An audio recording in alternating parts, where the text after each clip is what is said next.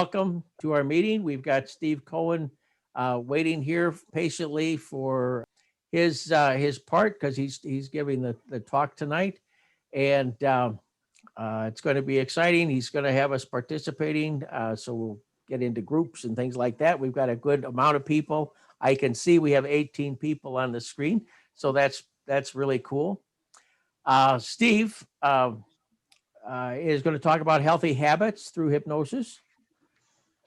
And he's the owner of Medvesta Hypnosis. He's a registered nurse and a hypnotherapist and an advocate for our well-being. So he does a lot of Zoom work, and that I guess all of us who do hypnotherapy at this point are doing Zoom hypnosis. We learn new things as we go along. So we are recording. If anybody has a question before we get started, before I turn it over to Steve.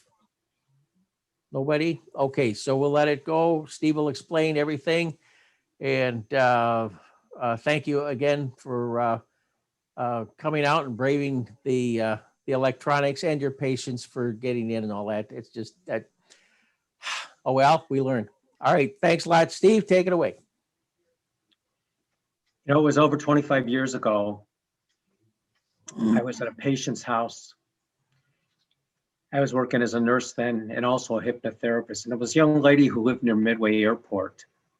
And I was there to see her for a problem with abdominal distress. She was on TPN, and TPN is nutritional fluid that someone gets through their veins. And she was having a lot of stomach problems. And one of the things that I had talked to her about is, since I had a life as a hypnotherapist, if she's has had any problems with her stomach. And she had told me that she really didn't. And something just, and I'm not sure if other people as hypnotherapists or hypnotists or even as individuals ever have gone to someone and they start talking and you know there's something else going on. And I did feel like there was something else that was going on with this patient. And as I talked to her a little bit further, her husband came up. And when he went back downstairs again, I said, how is your relationship with your husband? And she said to me, she goes, you know what? I love my husband. My husband is great.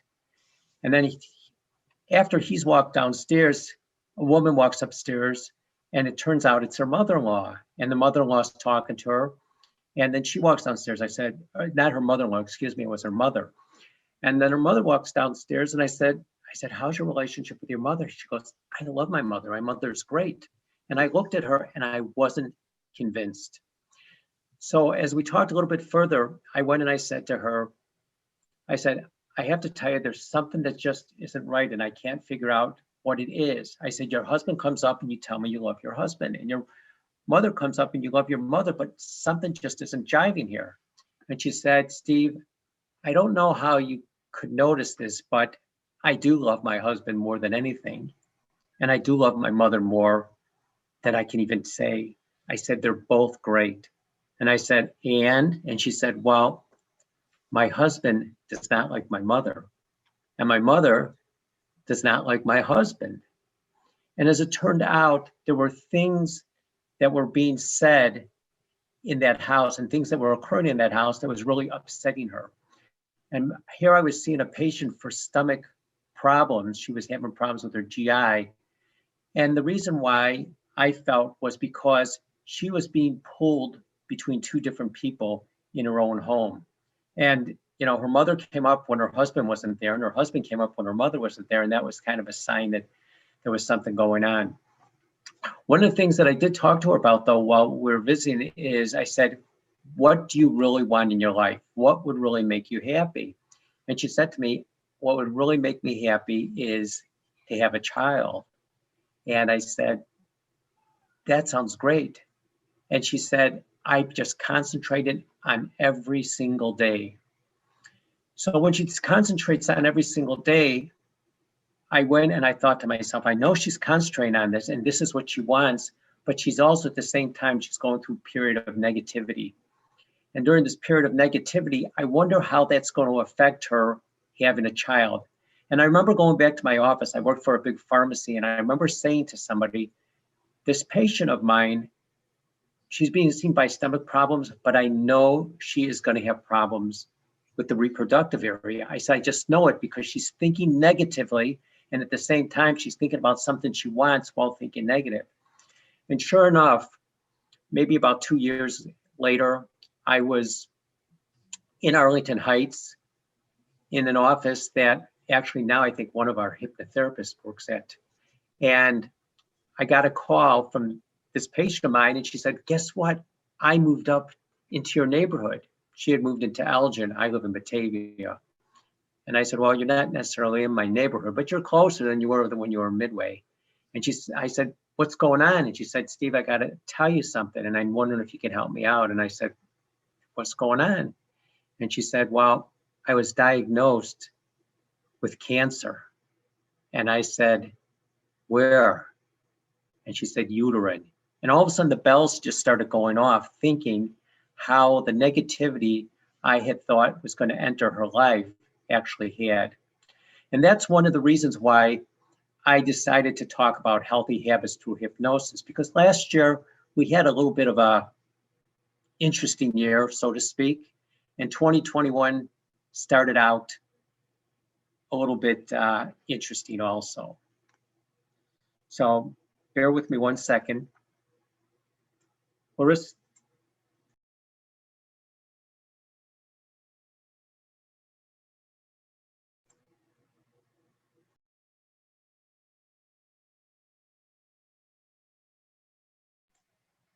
So what I'd like for you to do, if you would, is find yourself a blank piece of paper and grab yourself a pencil or a pen,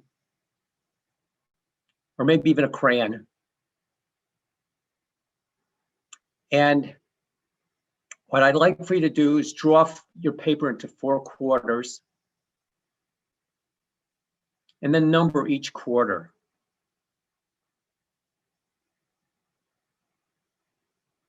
And then tear it into 4 pieces. They don't have to be even, they have to just be close to even pieces. And then what I would like for you to do is to, in your reaction box, I'd like you to put a thumbs up when you've done that, so I know that when we're ready to go.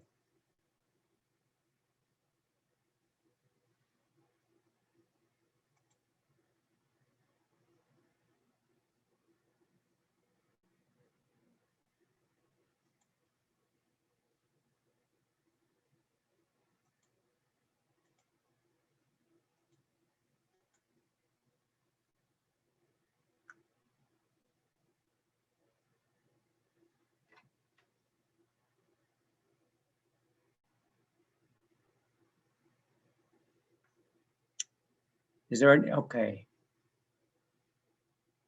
Is there anyone that is not ready yet?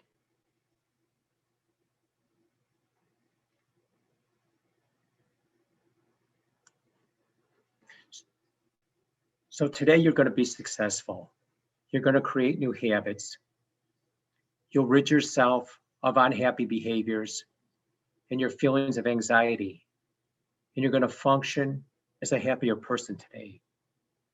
So don't hope to succeed, but just be convinced that you are going to take control. So think of this as a competition with yourself, or maybe an approach. And in a short time, and with a little effort, with a little bit of time to just get to know yourself and bring yourself into a state of well-being. So are you ready to start today by nourishing your mind with positive messages every single day? You can be the person that you want to be just starting today. And you're thinking positively. And I want you to think well. I want you to think well, not unwell. Because the way that you feel about yourself controls who you are. So if you have pleasant thoughts about yourself, then you're going to be a beautiful person to yourself and also to others. And if you enjoy being with yourself, others will enjoy being with you also. The communication about you that you supply to your life and to your mind make up who you are. They're also powerfully impacting the way other people also notice you. So if you look around your world and find yourself in a state of anxiety where you're feeling down, just let me tell you a secret. We're all at times anxious or down. So take a moment now, just close your eyes for a second, just for a second. Imagine yourself in a place for a moment, just for this moment, and realize that you're already closer to being on your way out, being on your way, moving forward. And then open your eyes back up. So we're going to think of possibilities because you decided to pursue the next step. Just your being here tonight, you've already taken the first step in the direction of making a change. So now you're on your way. So is there anyone who does not want to make a difference in your life? And if you don't raise your hand. Is there anyone who doesn't want to make a difference in somebody else's life? Don't raise your hand.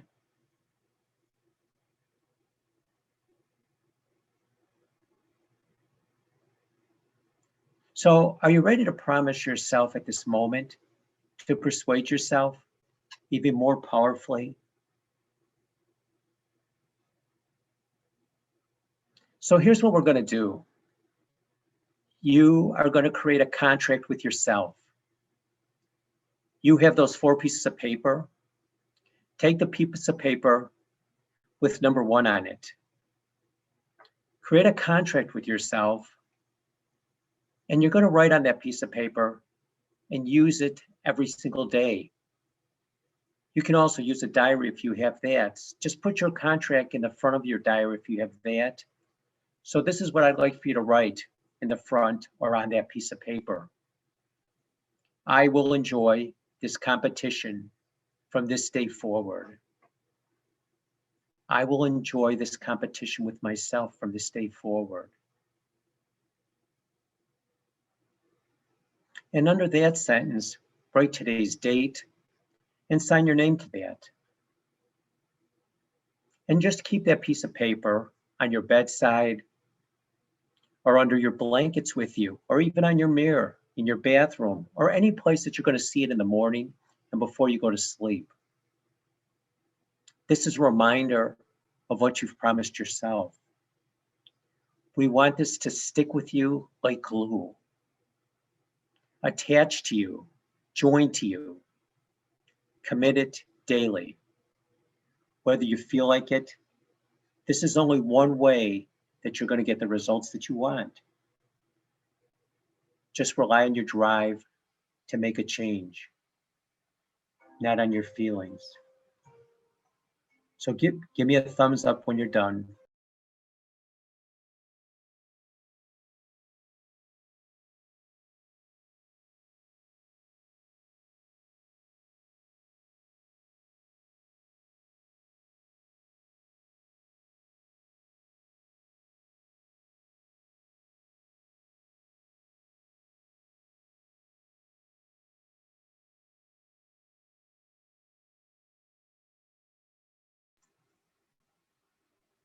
So you may wonder why I call this a competition.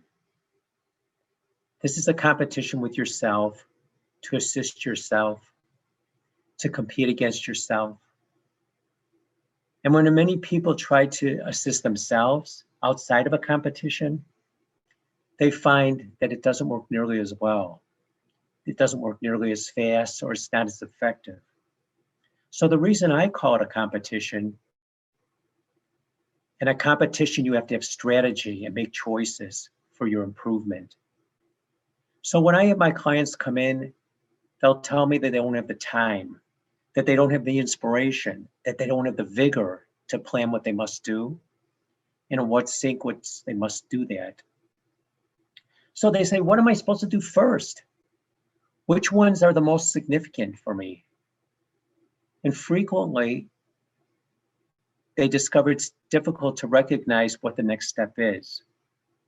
So if your goal is to help yourself and then help somebody else who's stressed, depressed, anxious, and when you succeed in any competition, it decreases your stress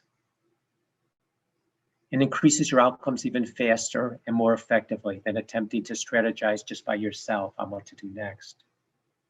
We'll go step by step, step by step. So, and as you continue to go step by step, it becomes automatic because you're following it daily. And some steps must come prior to others, which is the reason why this path is going to be gradual and it's going to be graded and the steps will be presented in a specific order. But this is a slow process. Step one will be in your first week and you'll become familiar, seeing, hearing, feeling yourself accomplishing that step and making that part of your life. Step two is supplemented experience in the second week, and step three in the third week, and so on and so on and so on.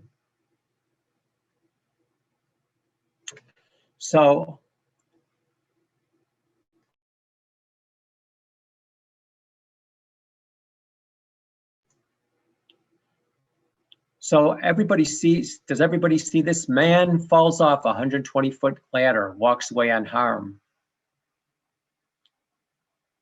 Does either put in the chat or unmute yourself. Do you know how that possibly could be? I would like to say that the ladder was parallel to the ground.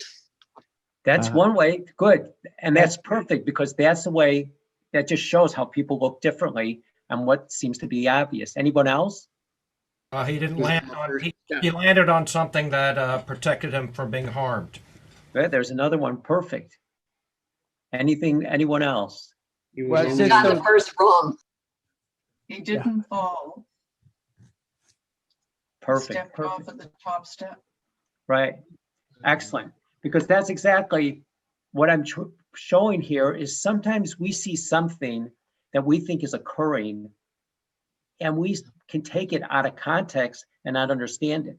My understanding when I first saw this is the same way that Deborah's was, is this man was only on rung number 3.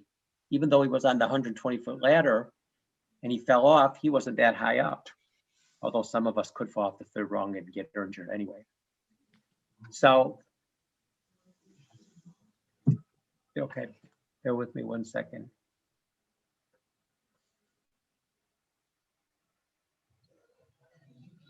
So, in regards to habits, the reason why I think it's so important to try and develop these habits and change our habits is years ago, before I was even a nurse, I worked as an occupational therapist.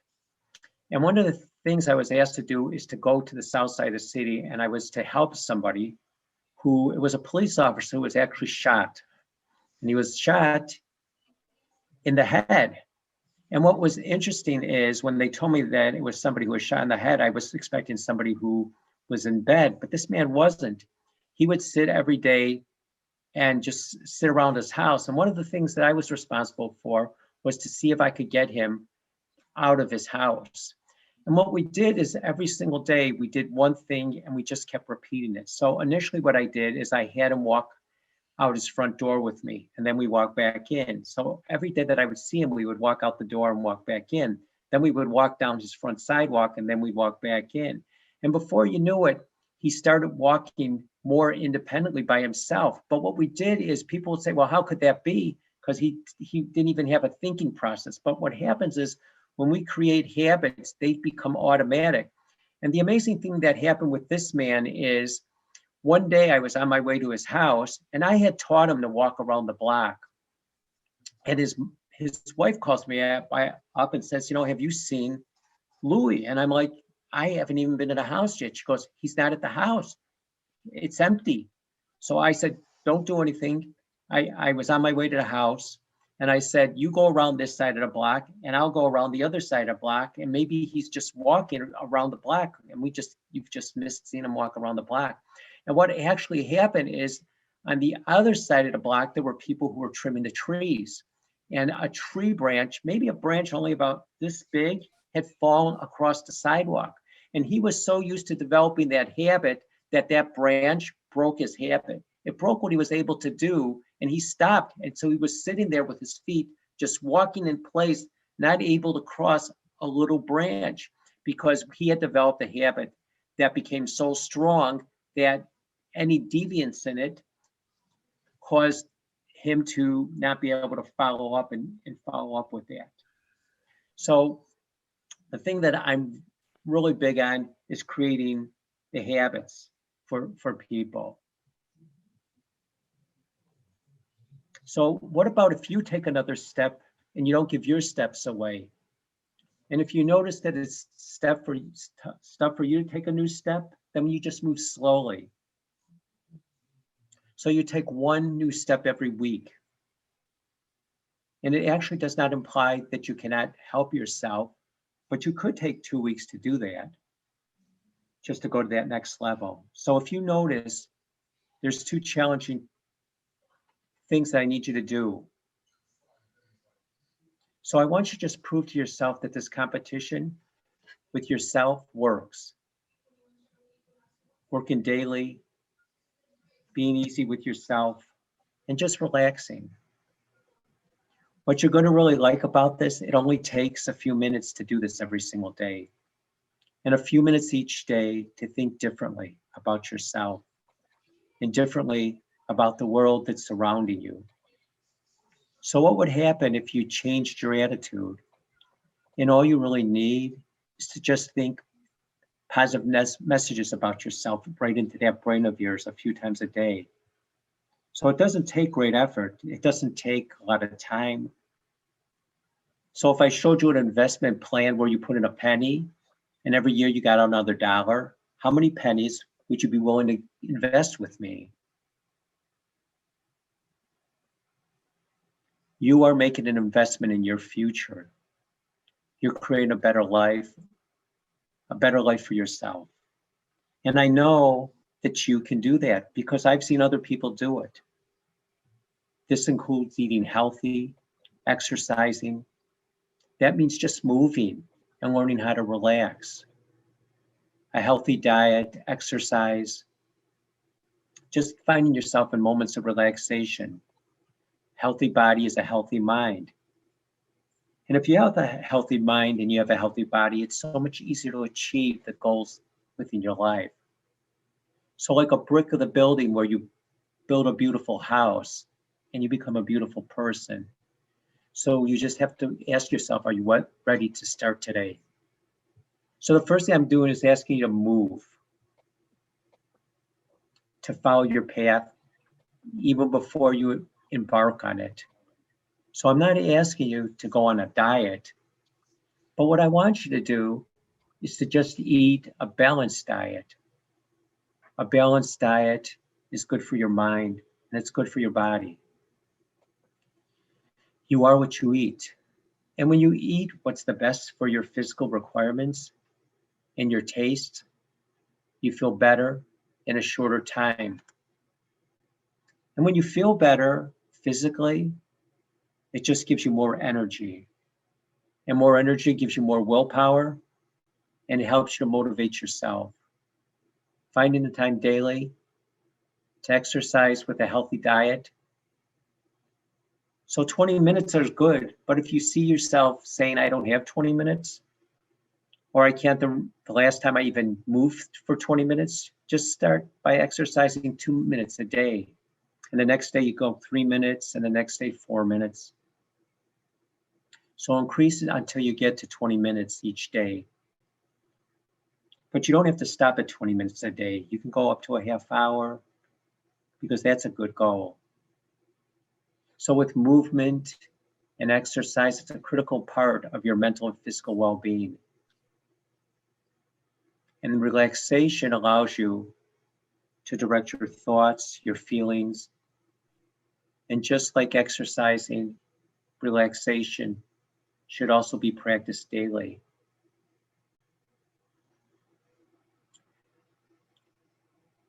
Next slide, please. So just take a look right now, and we're going to go through a couple phases. Today take a look and tell me which face really is your face. A face of horror, a face of sadness, a face of happiness, a face of goofiness, a face of pleasure, a place of snarling.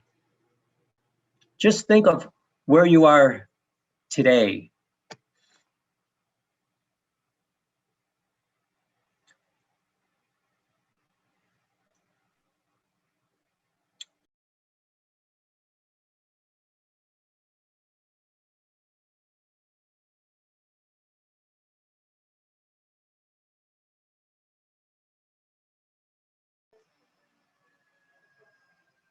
Can you copy it?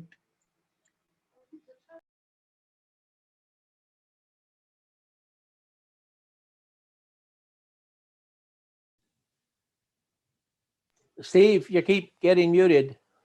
Okay, hold on. I'm going to mute this just for 1 minute. We're having trouble pulling out a form. Okay.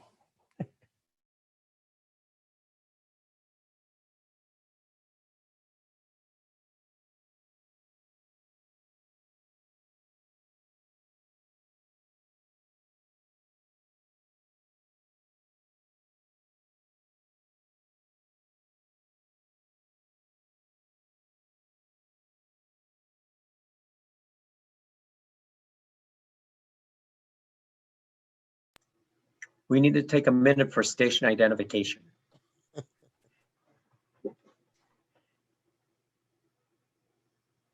In the chat, you're going to see a couple questions. If you can click on that hope and hypnosis exercise, it should open up, and just download that if you would.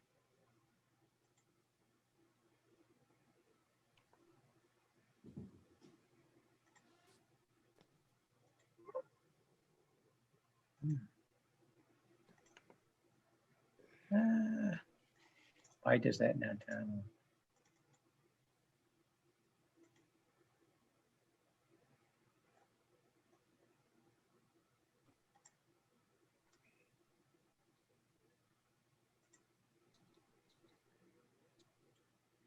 Can everybody see that document?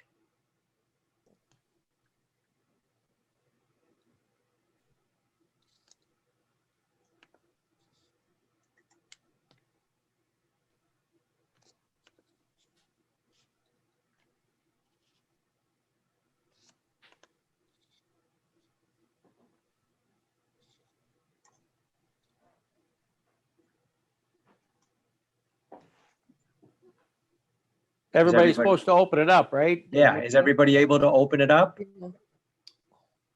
You can just download it right into your documents.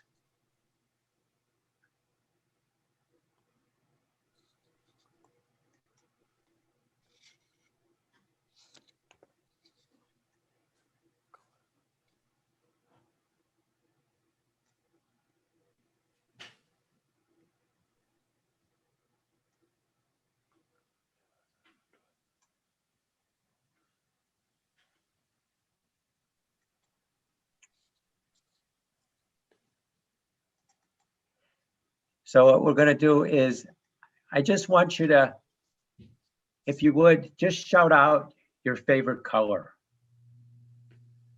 Blue. Purple. Green. Perfect. Blue. Anyone else? Good. Yellow. Oh, we got a whole rainbow of people here. Perfect. And then if you would, just, you're sitting at the San Diego Zoo or you're sitting at Brookfield Zoo for a publicity picture. What would be the animal of your choice? Elephant. Anyone else? Gorilla. Tortoise. Excellent. Anyone else? Monkey. That's good. Perfect. Perfect. And then last of all, tell me if you would, your favorite city. San Francisco. Oh, we got a couple. Same. Rita will be number Paris. 2. Paris, France. Excellent. So now what if I were to tell you, when I asked you your favorite color, that your favorite color actually tells a lot about you? And what if I told you that when I asked you the animal that you would like to pose with is actually how people see you? Or if I were to tell you your favorite city tells how well you're going to go on through your life or what you're going to be able to attain. What happens is a lot of us are being told by the way we look, the way we dress, the way we talk, the way we walk, that we're a certain way. And even though this form of self-disclosure doesn't necessarily tell the truth about you, what happens a lot of times is our lives are made up by what other people say to us, what other people believe.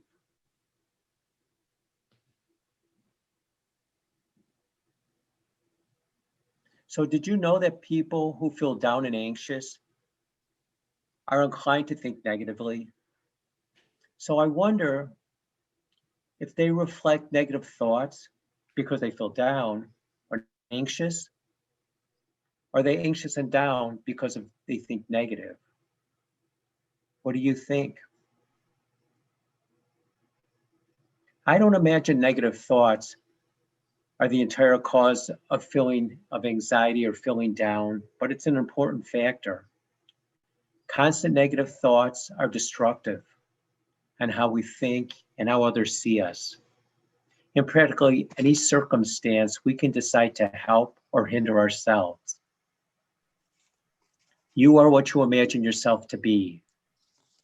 And others are inclined to look at you the way that you see yourself. So that's the reason why it's so valuable to think positively. Recognize your strengths, your understanding, and your counterbalance your weaknesses. And then put into practice being self-assured. So the difficulty is that lots of us, when we feel a bit anxious, we don't recognize that our thoughts are destructive, except when we're beginning to elevate ourselves out of those feelings. So when we look at things differently, like during periods of feeling down, we're hardly ever aware of it as individuals. So the truth is, we need to lift ourselves up and take control of our lives. So how do you think that you think? So make a conscious attempt to nourish your mind. So nourish the messages that come into your mind. And as your body reacts positively to proper feedings, so does your mind react to being nurtured. So think to yourself, what would be the lasting effects of overeating with a diet not filled with healthy food? Yes, so many people feed themselves nutrition within their mind, full of bad judgments. And then what do? They ponder why they manage to notice that they're down, or they feel insufficient, or they feel ineffective. And it makes sense that we become what we believe that we are. So what do we do to take control of our thinking? As human beings, we can only focus on one thought at each moment. We can only focus on one thought in each moment. We can change our thoughts so quickly that it appears as if we're contemplating ideas simultaneously. And we are, but they're ineffective thoughts. Our emotions are associated with every single thought, and every time we keep positive or negative thinkings in our mind, then we're unable to have both at the same time.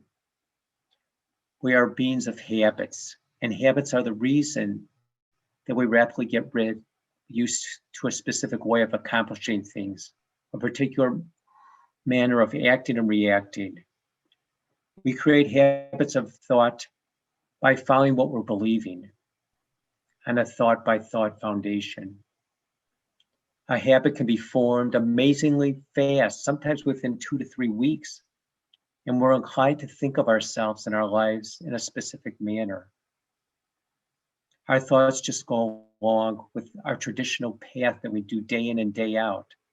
So if we always think negative about ourselves, we have to anticipate suffering and feeling down without incentive to escape our worn out reasoning methods. Feelings of fatigue, indifference that sometimes are associated with the state can be damaging to you. The problem is once you create a habit of those negative thoughts, it defines the way you act and react.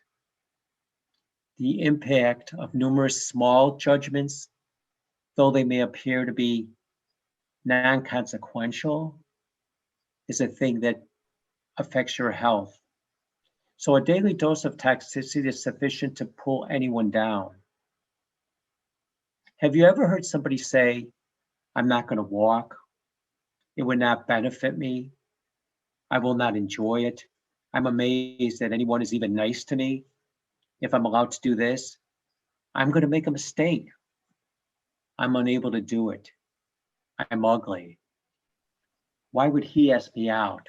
Why would she invite me over? This is a habit that you repeat over and over again. So if you get into this belief system day after day and week after week, it's no surprise that our thoughts are not happy and we lose confidence. So we're taking our negative with our negative beliefs. So this is why our belief system can lead us to be down or anxious. Every thought that you have influences your entire habit of how you feel about yourself and your surrounding world. So with each thought, you can relate harmful patterns of thinking or beneficial ones. But if they're negative, they're similar to a subtle tumor creeping upon you, deprived of the information or your understanding. So I want you to take a moment to grab your pen once again and put the pen in your dominant hand. And what I want you to do is, I want you to put the pen in your dominant hand and I want you to just write down on the back of that same paper, I love me.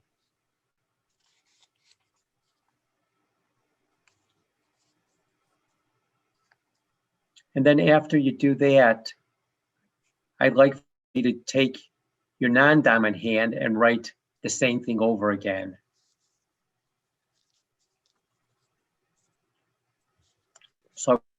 So you can experience what it's like to make a change, and somehow when you're even going from left to right, the uncomfortable feeling that you can end up with by making a change. And for some people, making a change when they've been in the habit of always writing with the right or always writing with their left, and all of a sudden they make a change, you can see as a hypnotherapist or a hypnotist, or even somebody who is neither, that breaking a habit sometimes is difficult to do. So how do you transform your thinking? The initial thing you must do is trust within yourself that you can switch the way that you're thinking. And with that, the way that you're also feeling. You are in control of your thoughts. You can decide what you will or will not recognize and feed into your mind. You are more in control than perhaps you even realize. So as you run through the path that we're going to do, so for now, if you have any doubts, what can you lose by doing something that when it works, and it will work if you let it, can only help you? The process of transforming your habit of reasoning from negative to positive, it's effortless. And you're going to be astonished when you think that you've not continued with it long enough to get a positive outcome. Similar approaches have been shown to be successful, and it succeeds when you use it consistently. So to substitute negative thinking to positive thinking, you need to handle two facets. You first have to observe your thoughts. And second, eliminate negative thoughts as they occur by swapping them with positive thoughts as rapidly as you can. So number one, observe your thoughts or watch your thoughts.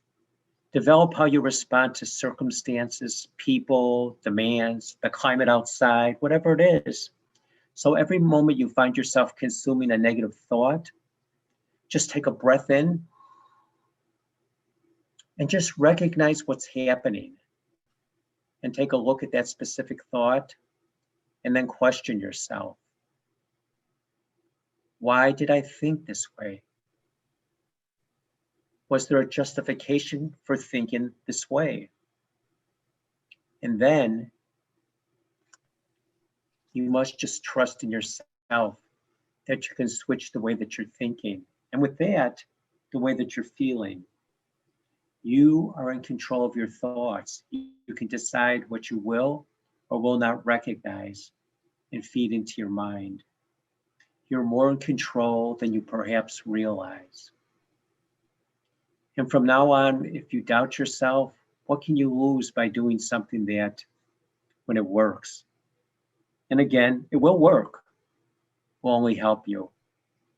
Second, eliminate your negative thoughts quickly. Whenever you find yourself thinking negatively, confidently erase that negative thought and switch it quickly for a positive thought. Eradicate that negative thinking and restore it with an offsetting positive thought. So help me take a negative thought and counterbalance that thought to make it positive.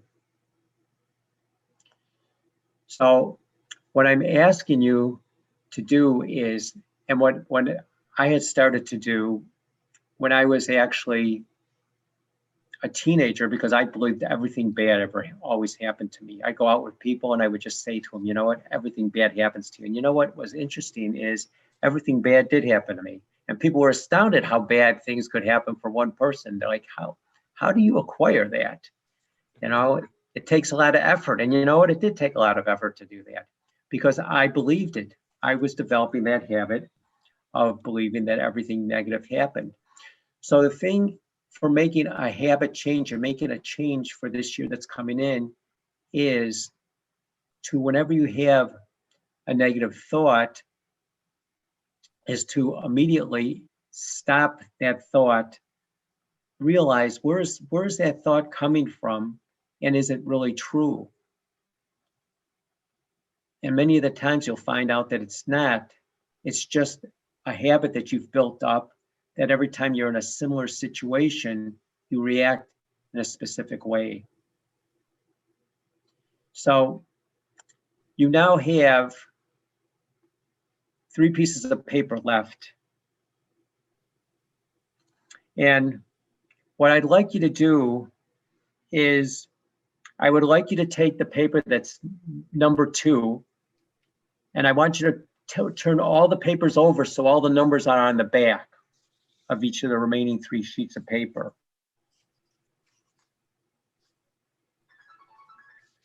Hold 1 minute, please. I got to turn off one.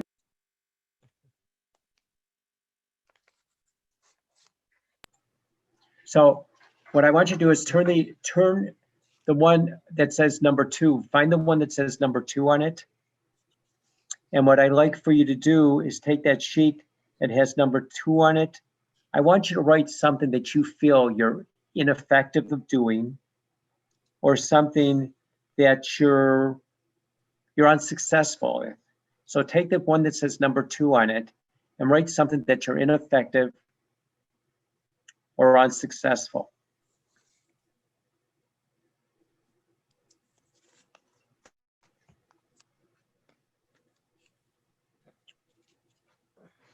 And then what I'd like for you to do is take the sheet, the square that says number 3 on it, and on that one, I'd like for you to write on it what you feel that you are effective at doing,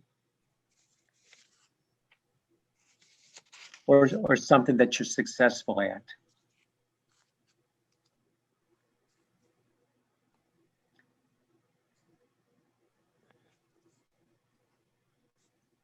And then on sheet 4, I want you once again to write something that you're ineffective with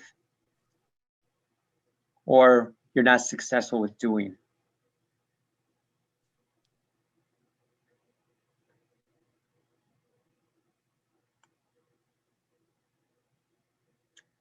And what I'd like you to do then is once you've done that, turn all the pages over so you just see the numbers.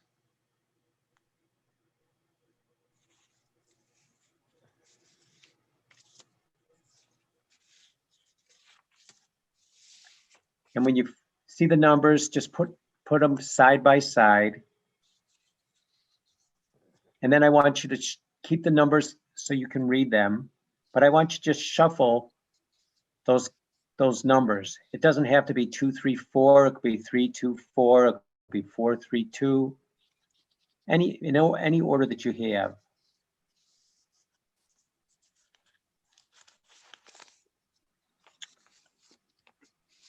And then what I like you to do is I want you to take that piece of paper which you wrote number 1 on, or excuse me, on number 2 on. I want you to take that paper that's on its immediate right. And if there's no paper on the immediate right, just leave the papers where they are, in the order that they are. Is there any questions? Then what I like you to do is exchange the paper on which you wrote the number 2 with the paper on its immediate left. And if there's no paper on its immediate left, just leave the paper with the number 2 on it, where it's at.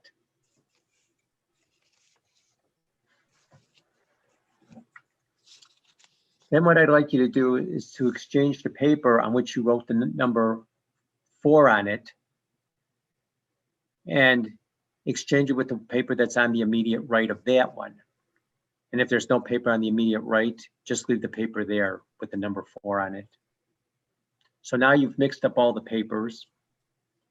And so what I want you to do, like as you're a magician, I want you to just take your hands and pass them over the papers as if you're putting a magic spell on them from one end to the other. Don't touch the papers, but just cast a magic spell over them. Then what I want you to do is to just let your hand come down slowly on the middle paper. And what I want you to do is I want you to grab it, wad it up into a ball, and toss it away.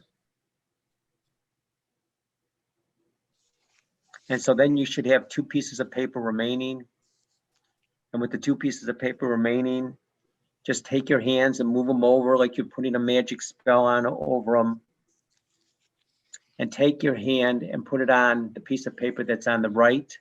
And I want you to take that piece of paper and wad it up and throw that one away too.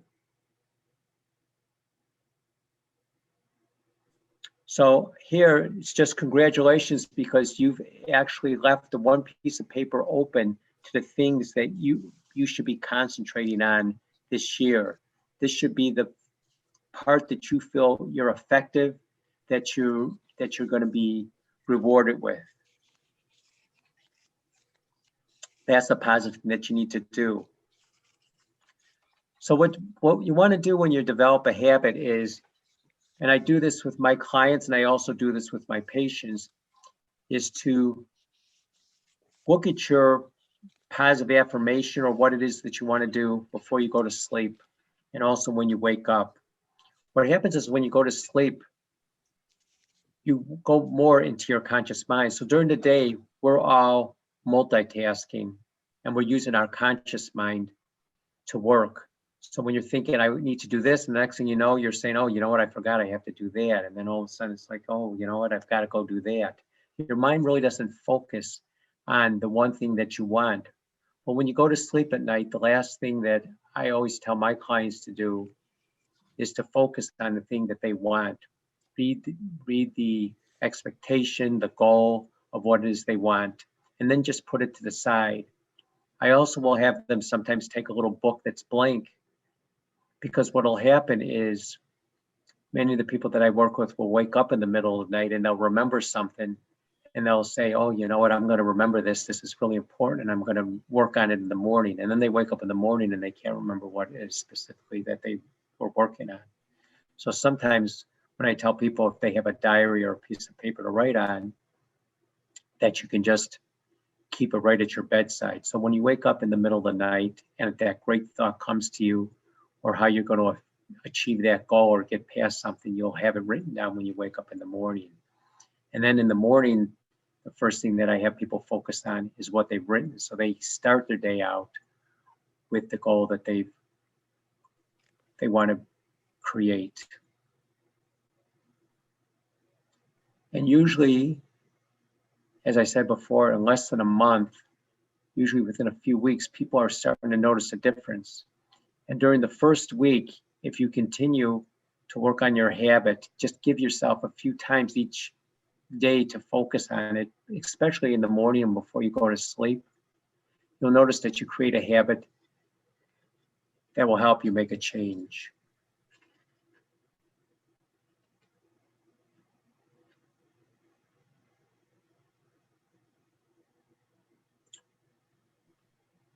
Any questions, thoughts, jokes, anecdotes?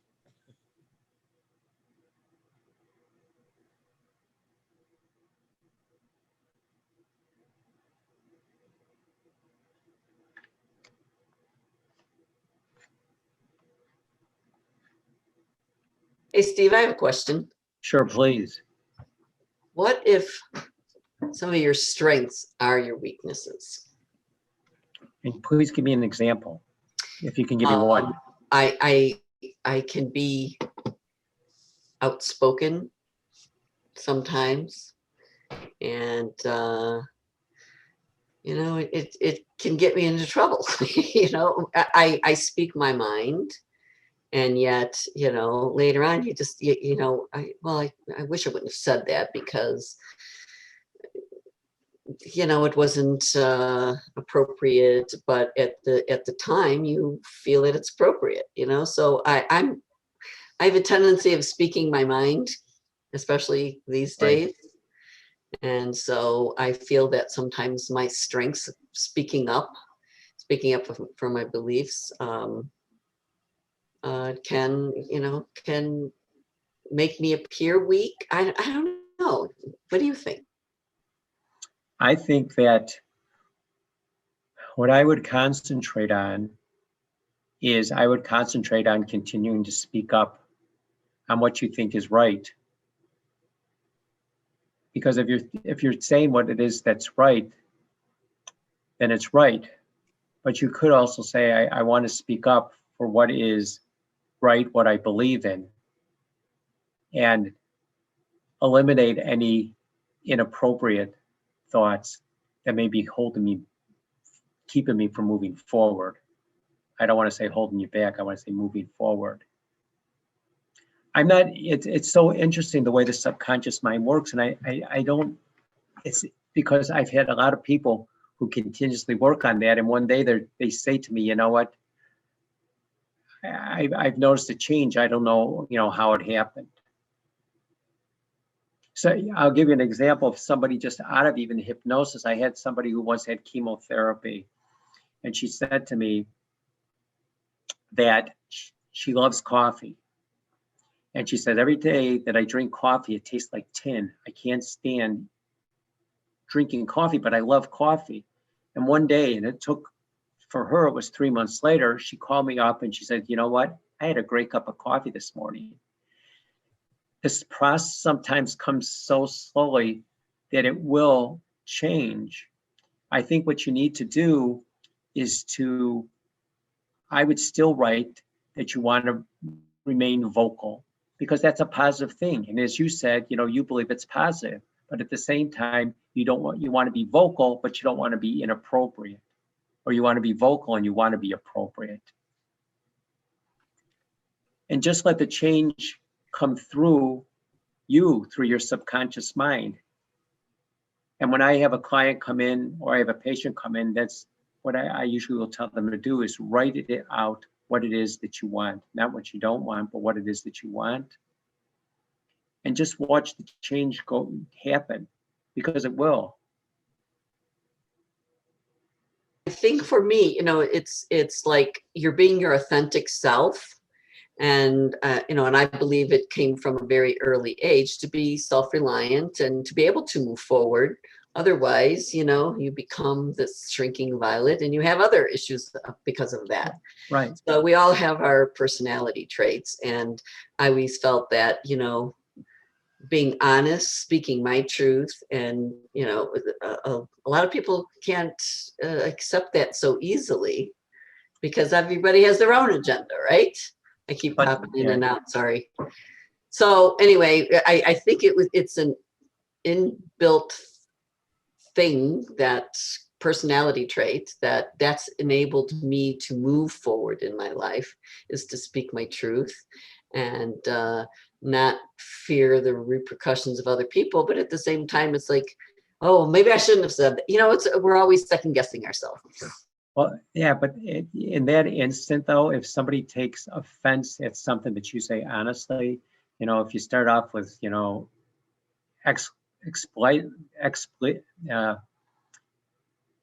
swearing, you start off with swearing at somebody, it's one thing. But when the thing is, if you start off with something that's honest and open, for me, I think that's appropriate. And if somebody isn't able to take, honest, open information, then, you have to be more concerned about yourself than them. But if they have difficulty with, taking your positive critique or your critique, they always can respond back to you and say, that's not right, that's not true.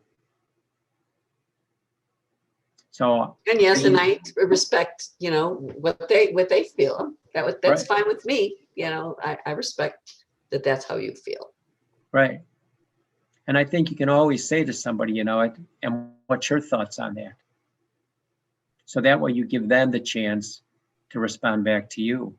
And if they don't want to respond back to you, then it's really them, not yourself. And as you said, you're able to move forward, and and if you can move forward being open and honest, then I think that's a good trait to have. Just let other people respond back to you. I've always learned through impromptu that I've gone through is to ask, say what you say, and then you give them an and at the end. Or if they say something to you, that you give them an and. So if someone says to you, that's not the way it is, you don't come with, but, you're wrong. You say, and, what else would make this better? What else could make this different? But if you think that that's a negative to you, that's why I was saying, you create the habit, within yourself if you want to make that change. Thanks. I appreciate that. Thank you.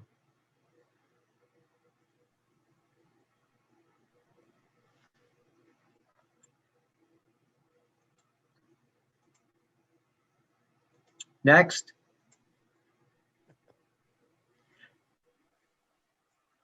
How many people in the group are hypnotists?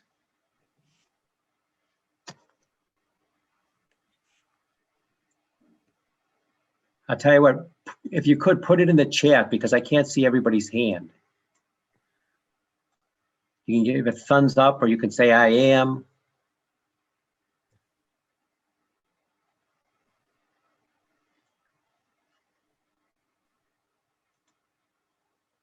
Okay.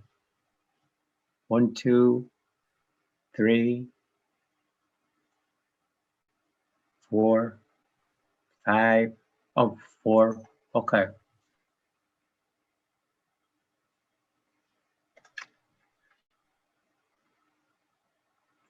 Oh, good. Very good. Hi, Larry. So I think, I think our minds are just amazing, what it is that we're able to do. And I think when you set your mind to and you create a habit, it really does make a change. And as I said before, the people that I work with, I have them do something in the morning and do the same before they go to bed. And I've seen, quite a few people who have success, but it's the habit that you have to create.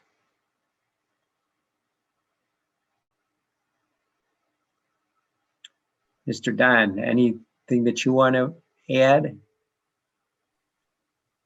Well, what I'd like to say is, well, first of all, thank you for sharing your wisdom with us tonight. It's interesting how, so you're speaking about how thoughts create our reality, and it's interesting as we are studying so many other people's wisdom and stuff. We've been saying this for a long time, that our thoughts create our reality, and yet, and this is the thing that I find fascinating, and yet it seems like that's a good idea. It seems like a new idea over and over again, and the techniques that you showed us, those were unique, and I'm glad that you're able to share. The screen share thing was kind of cool too, and the different things you put up there too. So this is a very important and a very poignant talk for the first of the year. So this is a great way to start us off. So thank you for that. Thank you. Yeah, it's the program that I've always developed, because I don't know if anybody has ever come in and you've had a client come in and then you don't see them again. Because I have had people who have come in and I don't see them again because they don't realize that they expect them to come in and just, they want me to snap my finger and they make a change. I don't know if you've ever had anyone like that, but I have people who, before they come in, that's the way they are. And then we'll The do magic button people. the magic button. And I always do a screening with people before we even start. But the majority of the time, I get it right and I tell them I can't accept them, as a client. But there are people that sometimes I really think that I have it right and I don't have it right, because I want them, they want to make a change, but they don't want to make the change is bad enough to just take a few minutes, a day, once in the morning, once in the evening before they, and maybe even during the day to create a habit and create a change. And a lot of us, and I'm speaking when I say a lot of us, myself too, where I thought, you know what, I'm somebody who I always ran. I always worked out, and I never have to do anything more because I've already done it when I was younger. So I'm going to maintain my physique. I'm going to change this. I'm going to maintain my mind. I'm going to maintain everything because I've already done it for the rest of my life. I've done it before the rest of my life is over. And then I realized, really I haven't. What I really have to do is continue the same thing that I was doing, 20 years ago. Steve, I want to mention something about the one-time clients. Early on in my career as a hypnotherapist, I was doing a smoking cessation with a client. I'd usually see him 3 times, and after the first meeting, she never came back. And I thought, well, okay, that's that. And I didn't think anything of it until a year later. I happened to run into her in a store, and she said, that first session was so amazing. I stopped smoking right away and haven't had a cigarette since. So maybe some of these that are onesies for you, actually you're that good that it works. So we'd like to get feedback from our clients, but sometimes, they go off happy and it's all fine. But right. I usually have to see them more than once, but it's just kind of a funny thing. Yeah, what I usually do is I screen people. I really don't do a first session. I'll just do a free screening for them, and I just tell them, I'll give you 20 minutes. Now it's even easier, doing virtual with people. So I'll give them, a 20-minute. And you know what, Don, you're absolutely right, because I had somebody, even after I did a screen and I thought they were good, they were a good candidate. They came on, and at the third session, which we had 3 sessions with this one person, we were done. And he said, I have to tell you, I actually stopped after the screen. So exactly what you said, but he still came back because he he got a good result from the screening Good. that he thought, you know what, I'll come back. And one thing that I also believe is it's never me. You know, it's because I always tell people it's them, that they're the ones who are making the difference. So if they succeed or they don't succeed, it's them. I can't go home with everybody and be in your back pocket and tell you, you know what, don't smoke, don't eat, don't be stressed, don't have anxiety. You know, I can't go home with you and tell you, you know what, write in your book every day or write down you know what you need before you go to sleep and get up in the morning. All I can do is, you know, tell you I know what the end result was going to be if you do follow this, but it's not me. It's you.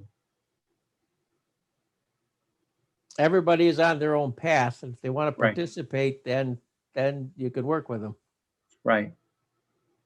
So Wonder if I and make we a have, comment, Steve. go ahead. Can I make a comment? I'd like Oh, to make, definitely, please. thanks. Two things. One is what Don was just speaking of, and yourself as well.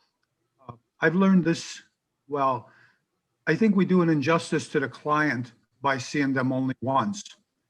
One is we don't really know if they did well or not. Maybe they didn't do well and they're saying, I'm not going back there because it didn't work well. The other one is like Don says, a year later, he runs into the woman. She says, oh, I did so well in the first session.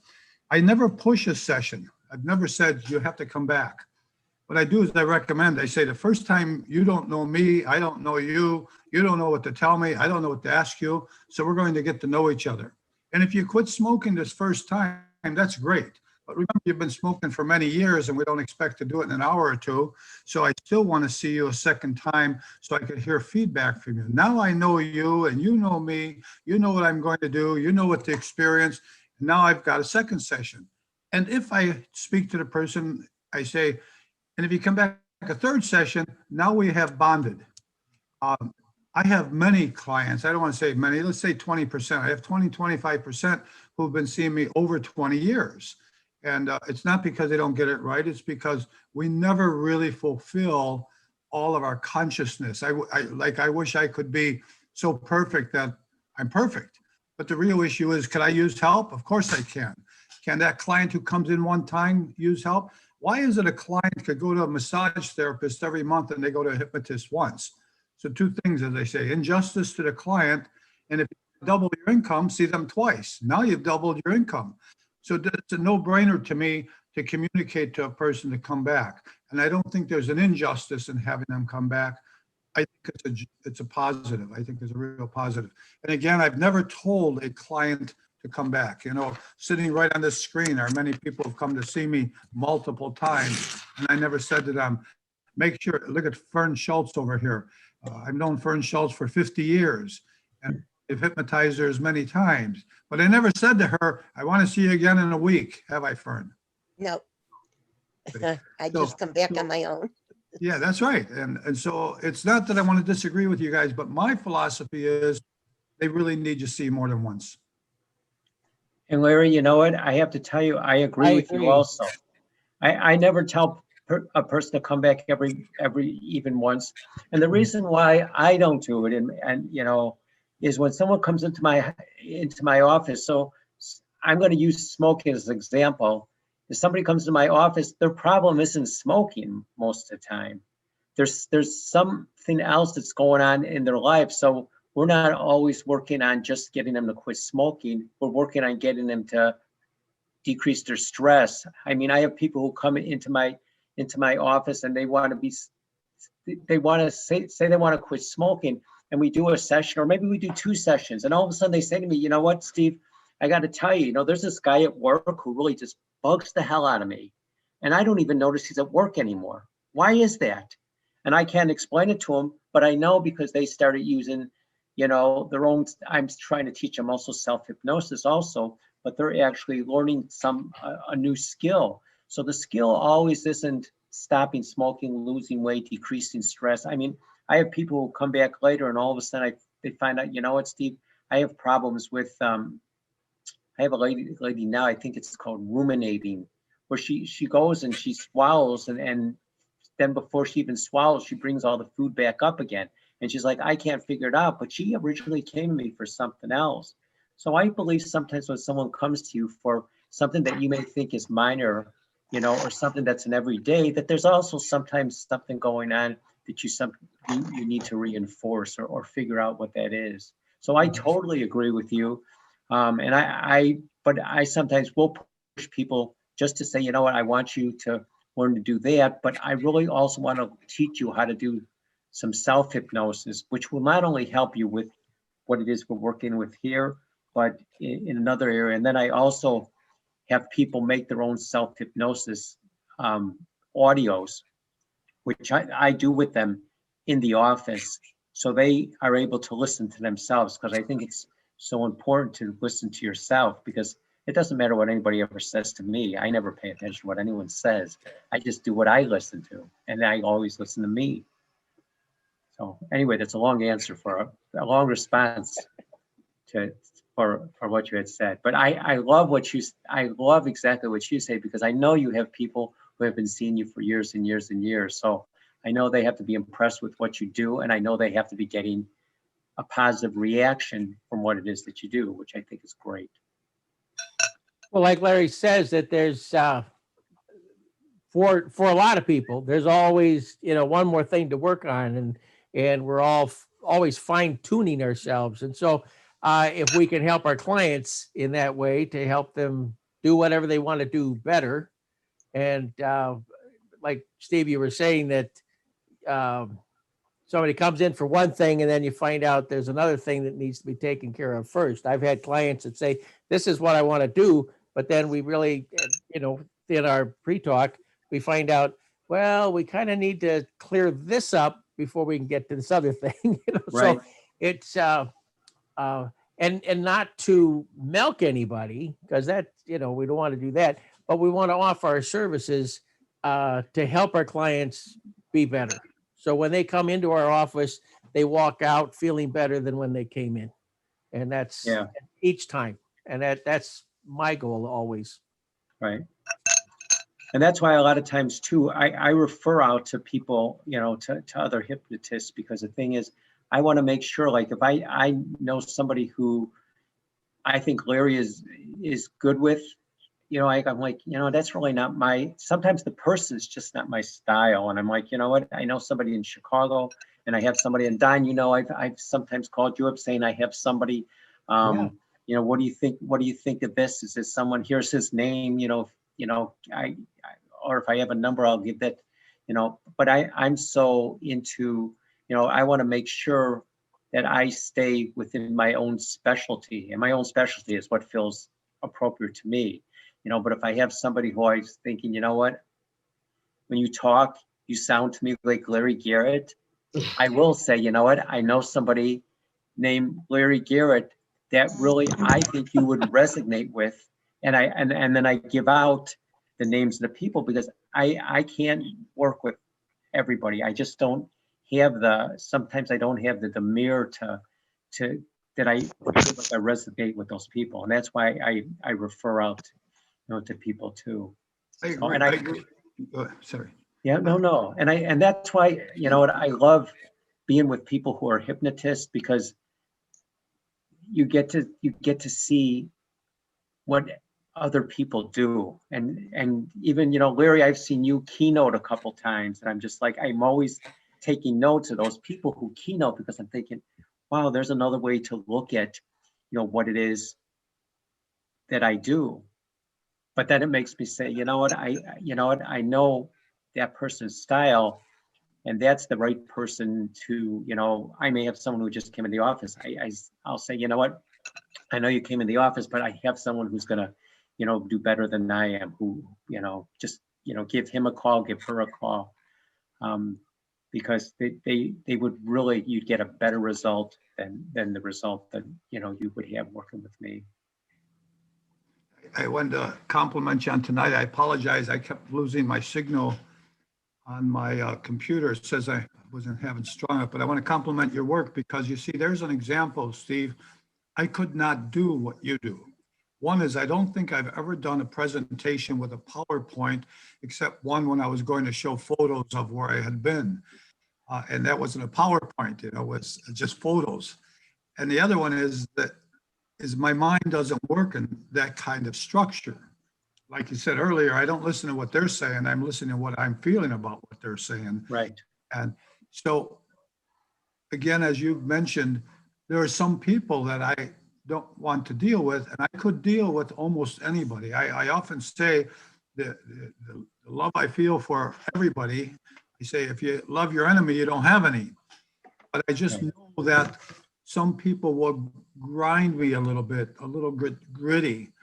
I do need to send them to somebody who's more structured like yourself. Right. They want to know more about what's going on inside, then we have to send them to Don because he works with what's going on inside.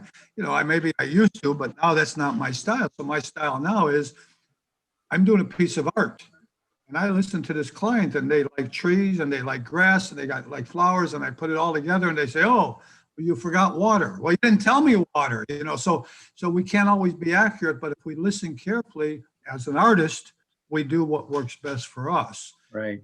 And I say for probably everybody on this screen, they wouldn't still be involved in what they're doing right now. You know, as I look back again at Fern, who's just sitting here. I can't see everybody. I'm only seeing 6 people. So I apologize that I don't even know who's on here or not, but these people are still here. Why are they still here? Because they're doing something that works. And then best not to criticize. I have a great philosophy to refrain from judging people because I don't know their shoes. I haven't walked in their shoes. And I think that's a great thing to do with all of our clients. Don't criticize, but I don't want to work with them. I'll say this might not work as well, but if you go see Steve Cohen, he would help you. You go see Don Hood, they could help you. And then maybe how about this outspoken person over here, Deborah? You maybe need somebody outspoken, because I'm a real gentle person. I don't have what Deborah has. Right. Oh, she's outspoken to the guy sitting next to her. You know, and Larry, You know what? Can I say something? sure. You know what? It's my nature. It's my nature to be outspoken. But when I'm with a client, I'm very gentle. And like you, Larry, I feel their heart. I really do. There's a different connection of me, being me. And when I'm in front of a client and I listen to them and I listen to their heart, and I have a certain empathy, and I'm not an empath, but when I'm in front of a client, it's very different for me. And I think that's why I say my strength can be my weaknesses, because I'm a certain way, because I assert myself. But when I'm with a client, and maybe sometimes I need to be a little more gentler in my everyday life, but I am who I am. So, however, I want to make a comment about what we were talking about earlier, when you have a one person and you don't hear from them. And I'm a relatively new hypnotist. I've only been doing this for 3 years, but I had a client that said, "You're the third hypnotist I've gone to. You'll be the third hypnotist I've gone to. You don't think that's intimidating? Oh my God, what the other person did wrong? Okay. How am I going to handle this?" So Third time. first thing that comes to my mind is like, well, maybe now you're really ready. So I kind of put it back on them. And so, but it was very intimidating for someone to tell me, well, you're the third person I've been to, I hope you can help me. And, well, perhaps now you're ready and you found the right one. So, and I was able to help him. It's going on 2 years. And he came to me for 9 months, just about every other week, every third week, because he was working on other things. He was so impressed, and it took him a little longer to quit smoking, because he's been smoking for almost 50 years. And you don't think that's intimidating for, a newbie. But anyway, I was authentic with him. I felt that I was. And then, he wanted to come back and talk about something else and something else. So it was a process, and it was very successful. And I was very happy that I could help someone like that. And in the beginning, I was tremendously nervous and fearful that I wouldn't be able to help him either, but it worked. So I have a thought. Go ahead. So what I've always heard, just by listening through all the years in the hypnosis community is that, that believe in yourself. So I'm hearing, people talk about being nervous with a client. And I know this one hypnotist who hypnotized the most dangerous man in the world. At least he was at the time. And that's Larry with Qusay Hussein. And if you read his book, he talks about that experience. He says it was the first time in his life he ever started having fear or doubt, like, oh my God, what if this doesn't work?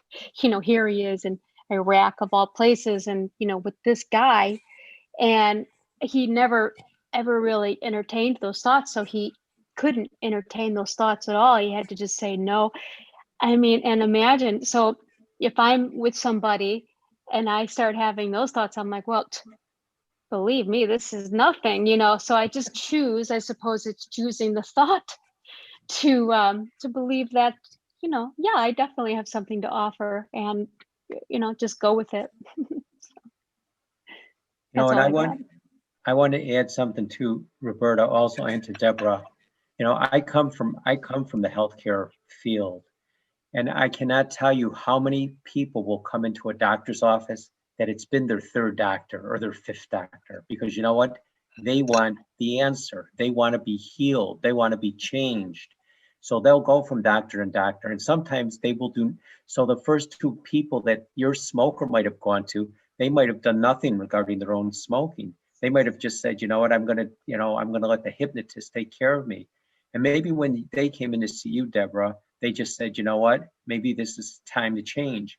And the style that Larry has and the style that you have or Roberta has is different than my style. And that's the same way it is in the medical field.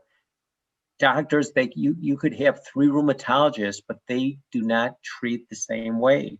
And that's the same way I think we work as hypnotherapists and hypnotists, is we don't treat the same way. We all have our unique ways of treating the people that we see. So I would just say, and this is to you, Deborah, never be intimidated about how many people somebody has seen, because the thing is, you don't know what it is, specifically what they did. And when people will come and they'll say, I came in, I saw only one person before, and they told me it was Larry Garrett. Now you want to talk about being intimidated. No, I actually had somebody come from another hypnotist one time. But the thing is, the one thing that's important to ask the person is to say to them, what is it that they did with you? Because the thing is, if it wasn't effective with you, I want to make sure that I don't do it with you also. So tell me what they did do, what they did work with you on. And a lot of times they don't always remember. And people will sometimes say, guess what? You know what? I went there and I wasn't hypnotized. And I'm like, you know what? I don't hypnotize either. They're just like, but you're a hypnotist. And I'm like, what I work on is focus and concentration and following directions. So if you can focus and follow directions, this works. And that's what I say to people. If people say, well, you know what, I said, you might even hear my voice while we're doing this too. Because what I want you to do is I want you to be work with hypnosis. I don't want you to be dead, and I don't want you to be in a coma. So don't ever be intimidated by people who might see 2 people, 5 people, 10 people. I get those people myself too, but you have to ask the question, what is it they did? And then you have to make sure that you just don't do what they did that didn't work before.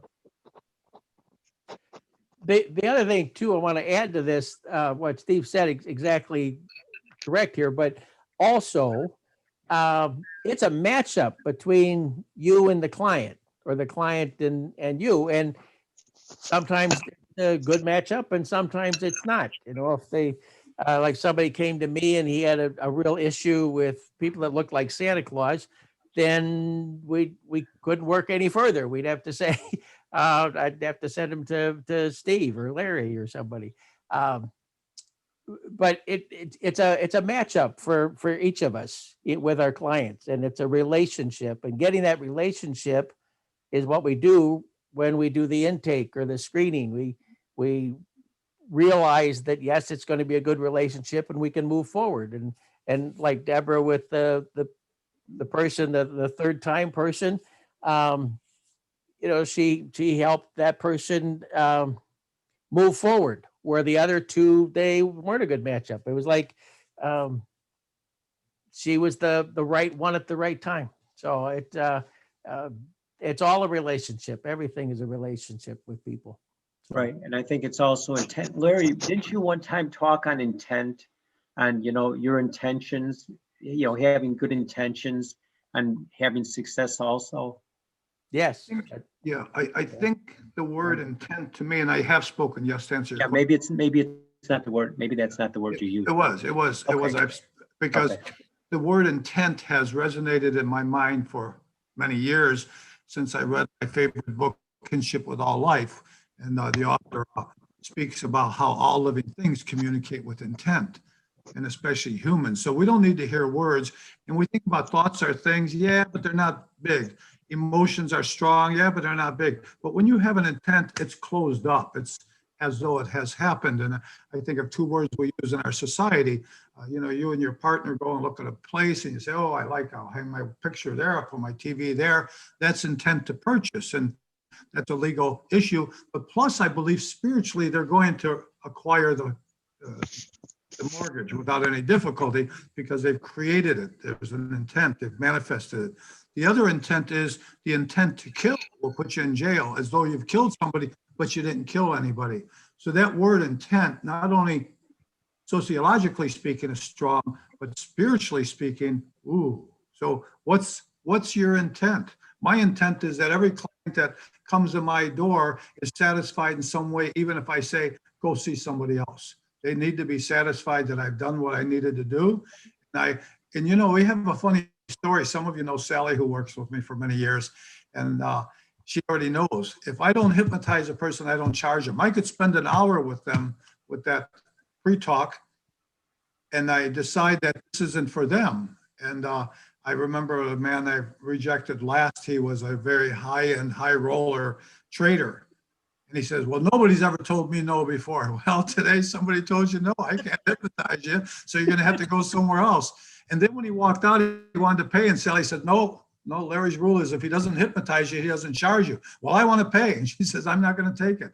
So the guy was rejected twice. She wouldn't take his money. And I don't know if that made him humble or not, but I know that, and I have to tell you this. Oh, yeah, I remember more because I got a little brain fog sometimes. He came back. He came back because I told him I didn't think he was ready. He kept busting me. That's what he did. He kept on giving me a difficult time. And I thought, I'm not going to work with this guy. He's giving me a difficult time. His intent was not to be hypnotized. His intent was to prove he could not. And so I told him that. And he didn't want to hear the truth. But he came back about a month later. And I remember he did excellent when he came back. At first I couldn't remember the whole story, but it just came to me. And it's a great story because it's better to say no than hypnotize a person who doesn't have the readiness. It's not there. But I love that word intent, Steve. I'm glad you brought it up. Yes, I love it. Yeah, I usually, out of 10 people who come in, I only accept 8 to 9 people. There's always 1 or 2 people that I don't take in because I don't think it's the right, the person's right. I mean, a couple of years ago, I had somebody come in and for smoking, and we got done, and he's coughing and he has symptoms. And then he said to me, well, you know what? I have to ask my girlfriend, if I can do this. And I said to him, I apologize. I said, I made an error because I probably wouldn't be able to help you. And he's like, well, why not? And I'm like, because if you have to ask your girlfriend if you can be better or be, not have that cough anymore, I said, it's probably not a good idea. And so I thought it was like the wisest choice I ever made. And I get a letter in the mail within a week, and it said, I just want to let you know, you are the worst doctor I've ever worked with. And I'm like, I'm not a doctor. And I was showing it to everybody, and everybody was laughing because he's like, you're the worst doctor because nobody refuses a patient. I'm like, I do. Because the thing you is, didn't abuse him, you helped him. yeah. So I thought that actually was my highlight probably of the whole year, is to have someone tell me that I was the worst doctor they ever knew or met. almost fun to say no. Yeah. So, There's times knowing when to do that is wisdom to assess things and say, yep, it's. I had a guy come in and he came in for one issue, and then there in the talk there was a whole pile of issues that were like pushed in on top of it.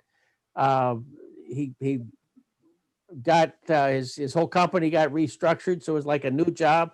He was buying a house, he was getting married, and the future wife wanted him to stop smoking. He also had a son that he wanted me to fix, and I said, "You're not ready to do the smoking thing yet. Go through, get some of these things cleared up, then come back." But it was a whole pot full of stuff that he wasn't ready to move on the smoking part. So right. anyway, it's 9:45. This has been great. I think we've had some really good things. Does anybody else have something to add before we go? We should be going pretty soon here. I wanted to say something Okay. to Deborah. I don't know if it helps or not, but I've always been pretty outspoken, and I got to a point where sometimes I really felt bad about things that I said to people or wondered if I should have said them. And two things have helped me change. One is a seminar that I went to about, do you really need to be right? And it made me really think about things.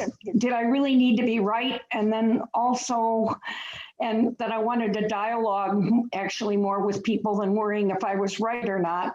And number two, picking my battles. There are certain things I still probably will battle for and be really outspoken, but some of the things I was battling about wasn't really important. And why was I going there? So that's what I wanted to say. Thank you. Good things. Thank you.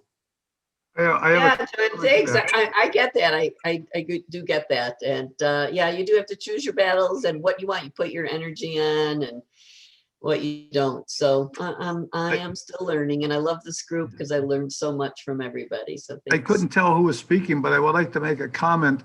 I've made up a phrase over the years. It doesn't matter who's right or wrong. Who feels good is who wins. Very good. Yes. It was Joanne. Yes. Would you rather be right or would you rather be happy? I want to feel good. Yeah, I want to be happy. And I think I love feeling good. My son was here today. It's his birthday, and so he stopped by to visit me. And I said, the issue is we can have all the money we want. He's a Capricorn, so he likes money. And you have all the money you want. You can have all the nice cars you want. But if you're not feeling good, then it doesn't pay. So my philosophy, what we've been talking about, rejecting clients, I say, I don't need the money that bad that I need to have that client and then lose my integrity. But the real issue is prosperity is more successful to me than money, and prosperity to me is abundance. And if we feel good, we have abundance. Otherwise, we say this is right or wrong. If I had a new car, I'd be happy. If I have a new house, I'd be happy. If I have a new something, I'd be happy. But the real issue is we're happy. We probably wouldn't need that, but we would acquire it faster because we don't need it. Right. So this was good. This was a great presentation. And I wish I could do what you do, Steve, but my left hemisphere doesn't work the same way. I'm a space cadet. Plus, I've got a little bit of that chemo brain right now. And I was focusing on some of the work you were teaching us. But when I listen to a hypnotist or a therapist or anybody speak about follow these guidelines, follow these rules, I say, oh boy, how am I going to start rules? But thank you, Steve. Excellent presentation. Oh. Yeah, I hope I made it simple, though. That's what I like, is simple. Thank you. Thank you. And Thank you. before we leave, we have to talk about who's the furthest away right now on this Zoom. Where do you live, Roberta? I'm in Puerto Vallarta, Mexico. Ooh. I think she wins. that's why she's got a tank top on and Don's got a sweater. You're right. See, we had Deborah and Greg have been bragging that they're by that waterfall in Arizona, but I just throw it in because I don't think, Roberta, they know that you've left us for a while, but imagine. And that's why she's got that tank top. Actually, it was 70 degrees here. It's been cold and people are freezing and it's like 70. And 70 people are degrees. freaking cold. out. Yeah. Yeah. And Well, and it's I been was- cloudy and 70, so It's 30 in Chicago right now. I know. I know. Actually got up to almost 40 today and we were really happy. It's like, That's oh, right. extra long walk.